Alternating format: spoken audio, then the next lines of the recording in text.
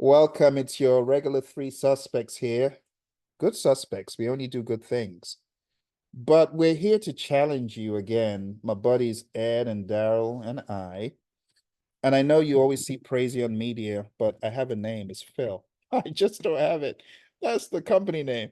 But I have a name. I'm gonna choose it. Today is the day. I'm gonna make a change to having the company name as me. My name is Phill, your buddy Phill. All right. So today we're going to talk to you about a topic is AI as a religion. AI is becoming religion. It's becoming religious. It's becoming religious. I was having a discussion with my son the other day and he said, oh, I was looking at this code and this code found out that there was just something small that was missing. And I'm so glad that I was able to figure it out and, find out what was wrong. And I said, oh, okay. Why didn't you, did you ask, did you ask any of the regular suspects, even plain old pilot, if it could figure out, and maybe even GPT? And he said, no, I didn't because I wanted to figure it out for myself. I asked if there was anything wrong in asking a tool to check your work to find out if your coding is flawed. And for some reason, he thought that it would be a defeatist attitude asking the AI. And in my head, as a business person, I'm thinking of how would that be if I know I can get a solution from a tool in like minutes, but I choose to spend hours. If you worked for me, I wouldn't be happy. If that was my employee, I wouldn't like that. I'd say just find a tool. Now there has to be balance. Now, my question is, am I being too businessy and less removed from the humanistic side of just having the gratification to know I did it myself? And while I appreciate that it has its place, it opened up the wormhole of the debate. Where do we draw the line between asking the tool for what it can obviously solve in seconds versus going through the process to know it for yourself? And what value do we place on that? Should I, as a business owner, say I would rather prefer my employee to spend 3 hours find the solution themselves so they can grow?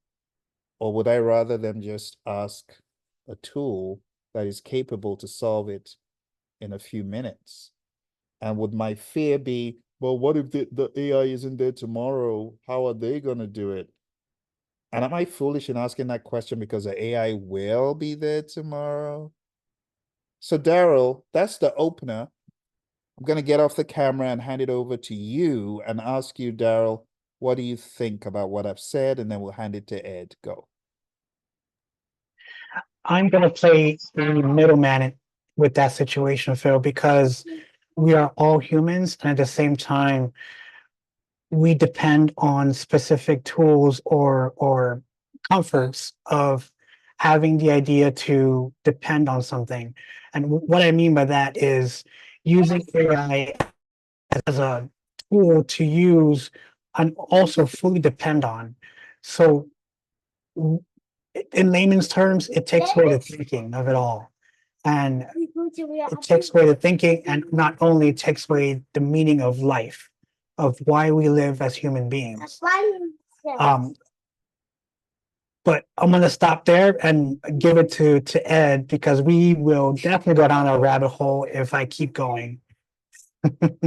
No, Daryl, I love when you go down that rabbit hole because what it does is it makes people think. And speaking of making people think, the story that Phil shared about his son, and we started talking about it, and I was so in awe because I was like, that's me right now, even as a business person, as someone that really appreciates their craft. And because I started thinking about when they started doing little things. First, I used to know so many telephone numbers growing up, and then I got this device and I know Phill was how he thinks about them, but shout out to you, Tim Cook. Way to keep it going. But anyway, I digress. But a phone, now I look at I look at people's name and I hit it and their number comes up. So I don't have that recall information when it comes to that. And then just putting content or putting, or taking what I've already done and remixing it in a way with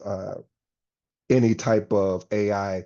And it was challenging to get over it. So this is what prompted this conversation, because there are people out there like me that even like Phil's son that wants to do it on their own and wants to but again, if you didn't have the tool, it probably would be something else. What if you were talking with someone and someone was mentoring and coaching you? Because it's the same thing. They're giving you the shortcuts to something they've already been through. And so with ChatGPT or any AI model, they're giving you in a sense a shortcut because they're collecting all this information. But I'll turn it back over to the experts. But it just tickled me because of the fact that I struggled with this up until today. I just got my answer. So thank you guys. Thank you, Ed. Well, my question to our viewers, we want you to comment. How do you see this? I like bringing real world scenarios to you folks to talk about.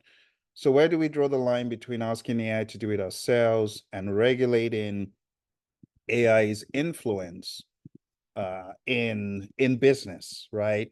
Or in maybe our vocational lives or academically. Like if you're given an option to use artificial intelligence in an assignment, are you going to say, "Oh no, I I I know I have an opportunity to use AI, but I want to do it all myself." Again, to Daryl's point, it's all about the self-actualization, right? The Maslow's pyramid. Maybe to you, your true satisfaction does not come with just finishing an assignment, but it comes with you knowing that you use your faculties to do it yourself. And that's where you self-actualize. I should not begrudge you for that. However, I did ask my son questions because being a business person, I want him to work smart and not too hard. Like my dad worked hard, and I want to work a little bit smarter than that. And I want my son to work smart as well, and where do we draw the line? I guess for everyone it's going to be situational. It's like one of my awesome students at Phill, "I'm leaving the world of project management alone." Like, wow, what's up? He's like, "Well, I've actually become a nurse's assistant in a nursing home because I have to follow my heart." And I have nothing but utmost respect for my student who got PMP certified and said, "I'm leaving this corporate world. I'm going to focus on doing this for people in a nursing home." So I guess for everyone, it is going to be very situational. It's going to be very personal. But when it comes to whatever you're using AI for, just make sure you're feeling satisfied and you're feeling like ethically compliant, right? And then true to yourself. Because drawing that line between AI, asking AI for assistance and doing things ourselves, we got to consider several factors, including the complexity of what we're doing. Like, okay, let's say eventually it gets to a point where we can ask AI to fry an egg. "No, I want to fry myself." Maybe you have a reason for doing it and it's okay. But I want people to think about these factors. So maybe I can give you some context of when to use AI. Personally, I think if you're doing a repetitive and mundane task, automating tasks like entering data or scheduling or maybe even basic customer service inquiries. Like I know Daryl set up an automated tool that can answer the phone and respond like it's him, and that's okay. I would do that, right? Maybe it's data analysis. You've got like a spreadsheet of 60,000 rows and you want to go through everything using VLOOKUPs when you can just ask the AI to spit out the data for you. I know you want to show your VLOOKUP prowess, but this is just me, okay? I would use AI for data analysis. I would use it to enhance creativity. I actually have a course on that on Udemy for writing, right? I'm not saying have AI write, but I'll say use it to enhance your creativity, bounce ideas, off, and also to check for gaps. AI can also help in personalization of experiences. So it can analyze behavior and preference. And in the future, it can actually be used in your business to personalize what your viewers experience, what your customers experience. I would also say when it comes to complex calculations and predictions, AI can be very helpful. Now, my buddy Daryl, who's on the call with us, he has this saying which I've taken, and it's human in the loop. So when is a human in the loop crucial? Number one, ethical and moral decisions. So things regarding ethics, values, a nuanced understanding of human emotions. Like I flip the switch from saying, I think you should do this versus it's okay if your moral compass and your propensities in work say, I want to do it myself. I shouldn't begrudge you. I shouldn't make compliance to AI regulation. Use AI, dummy. I shouldn't do that. And some people, they're guilty of one or the other. Use AI, knucklehead, or stop using AI. You're bad. You're a sinner. You're an artificial intelligence sinner. Some people have started, I call it AI shaming. So it's like they bring you to the public square and the social media and they start casting stones. You worthless, you shameless. How would you use AI to do this imagery? Or how dare you even remotely consider bringing in one of the greats with an AI voice and use him? You worthless. Bleep, bleep, bleep. And we have someone who we know in pop culture who tried to shame another artist for using AI. You can't resurrect people from death. Now, some people may share that sentiment, but I think having a public square for AI shaming, I don't think it's going to be very helpful or productive because we are all different and we all have different sentiments. There was this company, even before AI became really big through GPT and Midjourney, they had started doing kind of augmenting photos from the past of your loved ones. And you could take these photos and you could bring them to life. And people had the opinion like, oh, that's creepy. Don't do that. And some people like, oh, I always wanted to see my grandma alive. And, so we all have different perceptions. I don't think we should make it a tribunal. You use AI, you dirty such and such, or you didn't use AI. What's wrong with you? Are you I don't want to use some of those terms because YouTube's gonna flag my video. So so I won't use those terms, but do you know that some people are judging us right now for even if you use AI for a tiny thing, you're going to be dragged to the public square. And then if you are a PM and you used AI for a charter and you call yourself a PMP, you actually need to, do you really need AI to create a charter? Why did I even hire you when I could have hired AI? Shaming. Guys, what do you think about these things? Ed, you go. Yeah, Phil, I'm sorry. I'm over here trying my best. I'm laughing so hard because it's just funny to me because you're right.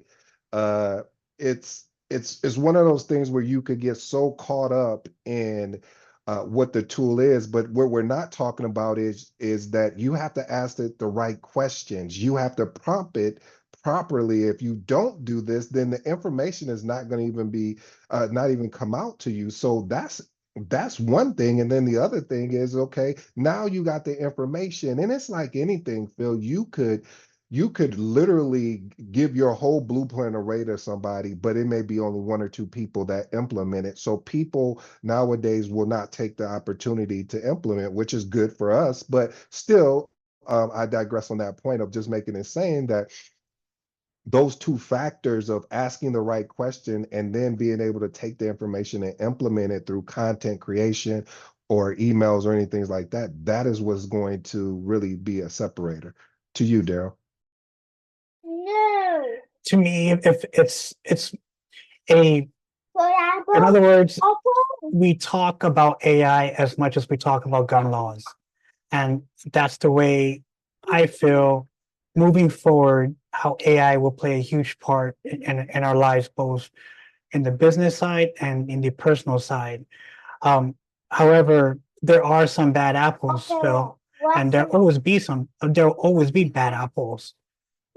And that will come to the conclusion of having the world in general come together, just like what we did with the space race, and develop some sort of rules to regulate and help people use AI in the right direction.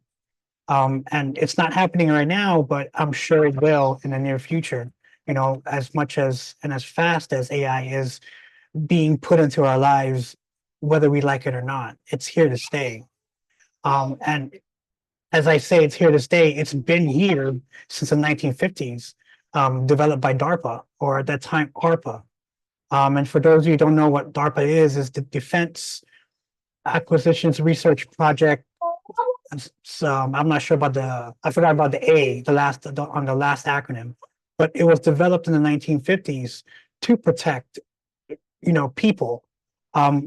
But at the same time, it's not new. AI has been around for a very long time. It's just we're using it a lot more into our daily lives and the business side.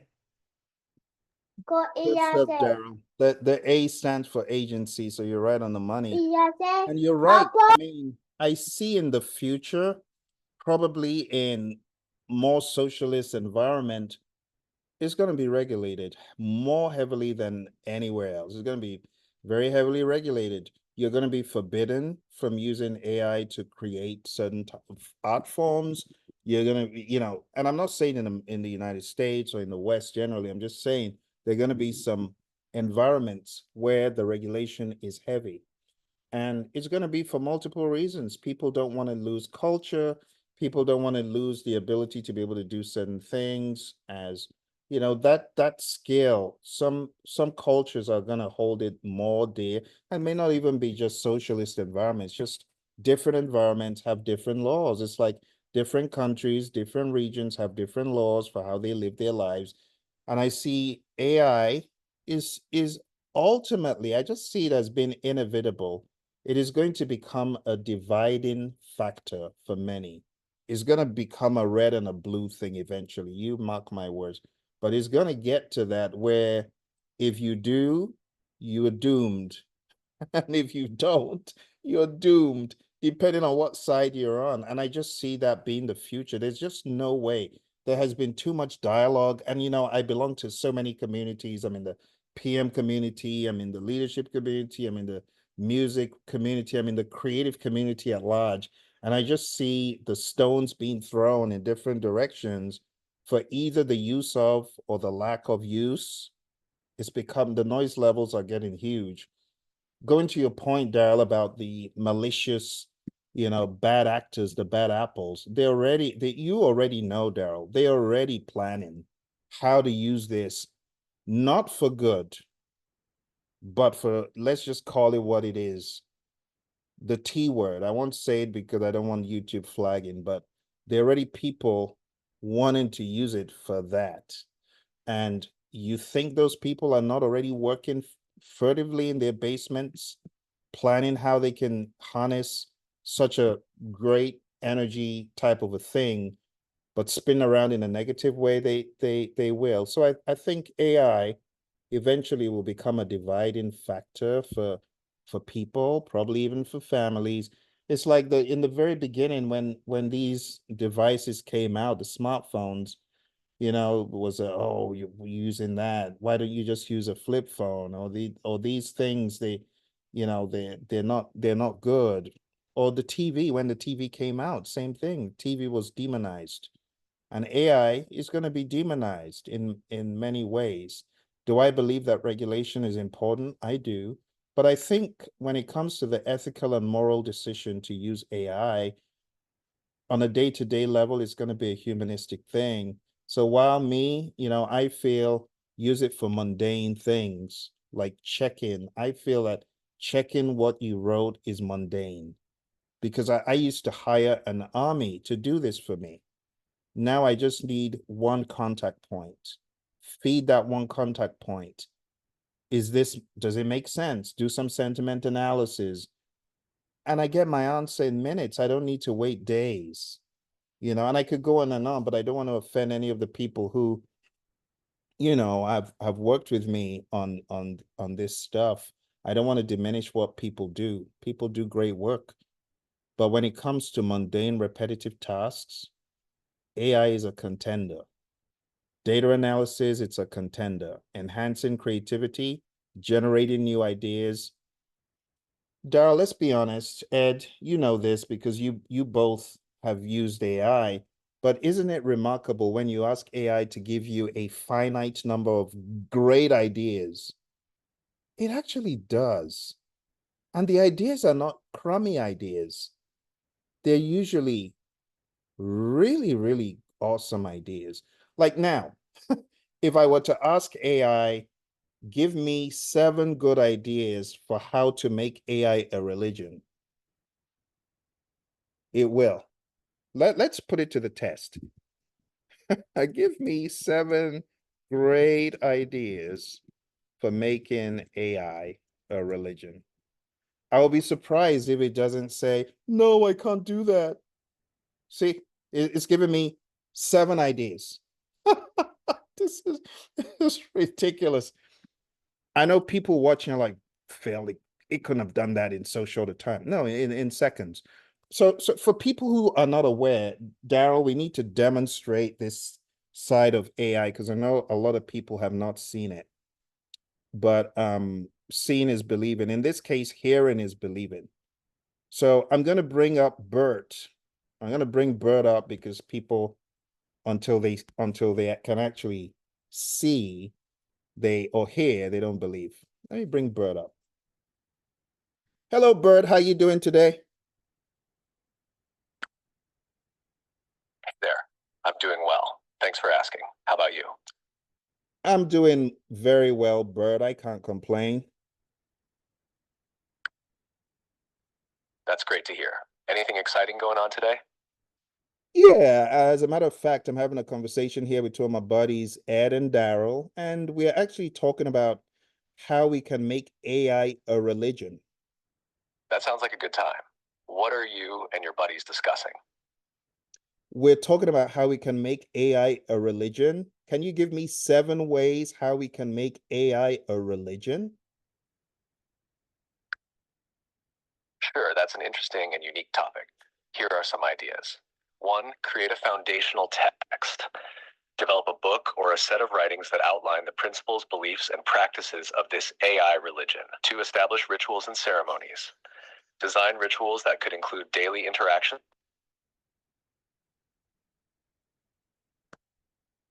BERT, I know I was laughing. I wasn't, BERT, I wasn't laughing at you. I was just laughing. You can continue. Sorry. No worries at all. I'm glad you found it interesting. If you have any other topics or questions you'd like to discuss, feel free to share. No, BERT, just give me the last 3 about how to make AI a religion. Sorry. No problem. Here are the last 3 ideas. 1, create places of worship.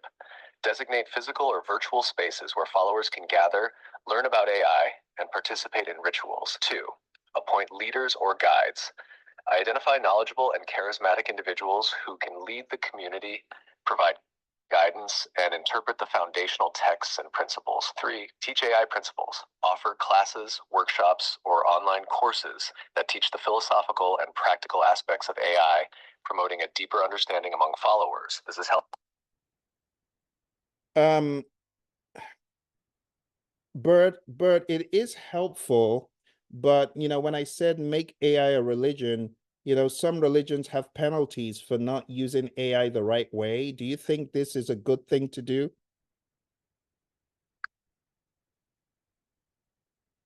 Introducing penalties for not using AI correctly could be quite controversial and might raise ethical concerns.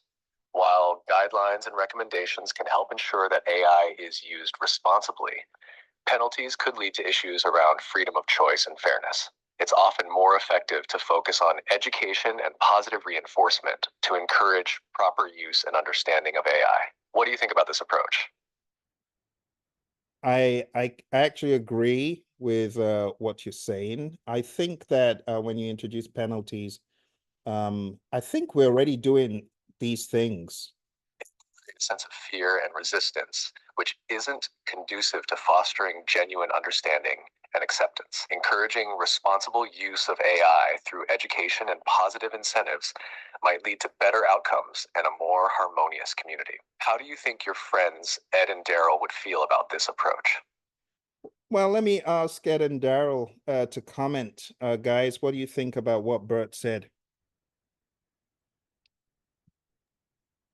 I think Bert, you are amazing. I love with the context that you said. You brought back some valuable information. I just want to know, how do I implement?